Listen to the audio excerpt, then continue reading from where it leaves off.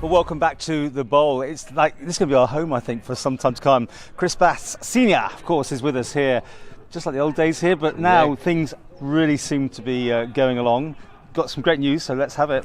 Two things, isn't there, really? Yeah, well, obviously the kit's been chosen by the supporters, that was my choice, the preference that they chose. Which was that is number brilliant. one? That was number one, yeah. I think number two was a bit too much like Manchester United, who I support, by the way, and I think the third one looked more like rugby. Right, yeah. And the Ravens, is that going to stick? So I believe, that was given to us by a couple of newspapers in England, I think, that they actually called us the Ravens because of the raven on the shirt. Right. So I think it's stuck now, and it's now up to the spectators to try and make some chants out of ravens. Yeah. What are they going to do? Right, well, there's something to be thinking about. All afternoon cawing. Anyway, you got your first game sorted out. Yes, we're playing Guernsey at home here on the Bowl on the 15th of August. Really looking forward to that now. What a great game to start, because they're actually playing in a league, 2 leagues above what we are. So it will be a good test for us. This needs a lot of support to turn out, get that extra bit of oomph behind us here, because as you say, they're a team to be reckoned with. Yeah, but I'd like to think that the support will be there anyway. Now this is something new, and moving forward, I'd like to think that we'll get a good fan base, hardcore fans for every home game, and obviously get some fans travelling away as well.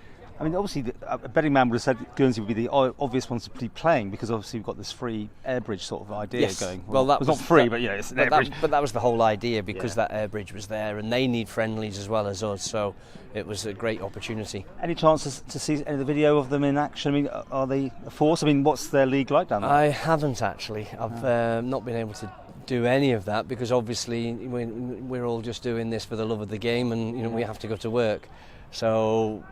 But yeah, I think footage will come further down the line when we start to play. Out there. Yeah, when we start to play other teams, like we've got a few people in the UK that can keep an eye on certain teams and games for us. Right. Now you got allocated this place now in a league in the UK. Tell us more about that, can you? Yeah, we're going in at level 6 in the South Manchester League.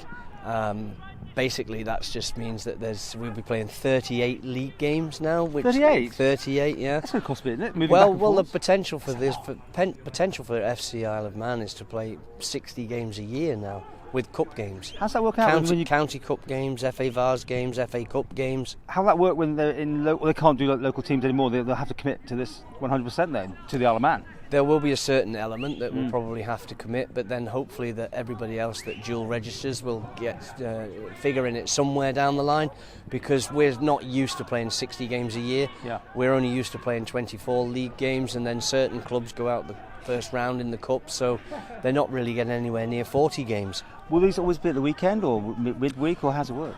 As far as I'm aware, it's going to be home and away every weekend, but there will be midweek games as well at some stage. And that depends on when the league starts because of COVID. If the league doesn't start for another 2 months, then obviously that's going to have more impact, so we'll have more midweek games. Obviously, we might have to give up home advantage in certain games. But this 2 weeks isolation wouldn't work at all, would it, if that's still in place? So. Those sort of things aren't for me to discuss, really. No. We've just got to wait and hopefully that things get better.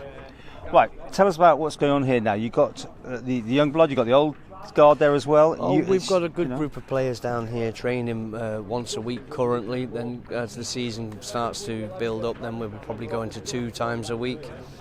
They've got to get your attention.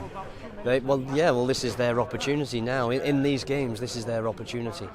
And have you got any eyes on certain new stars that are up and coming?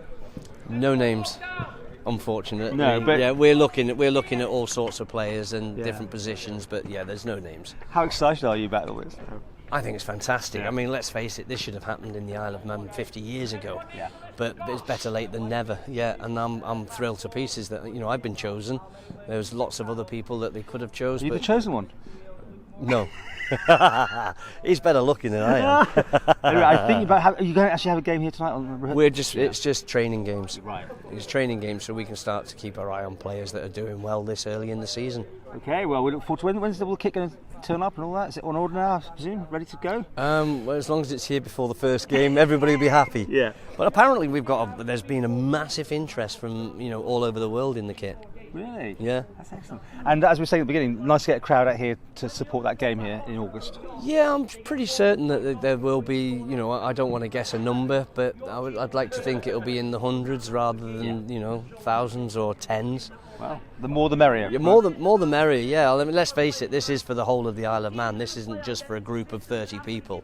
This is for the Isle of Man in general, and this is for all the grandchildren and, you know, the kids growing up now that want to take a better interest in football. Hopefully this long term will stop people from going to study in America, because we have a university here, and if they're good at football they might realise, hang on a minute, you know, the FC Isle of Man might be in the Northern Premier League, so why don't I stay here and get an education and play football at the same time? Okay, well, I think and save 30 grand a year. that's true. I think manager better go. Thank you very much, Paul. Cheers, man.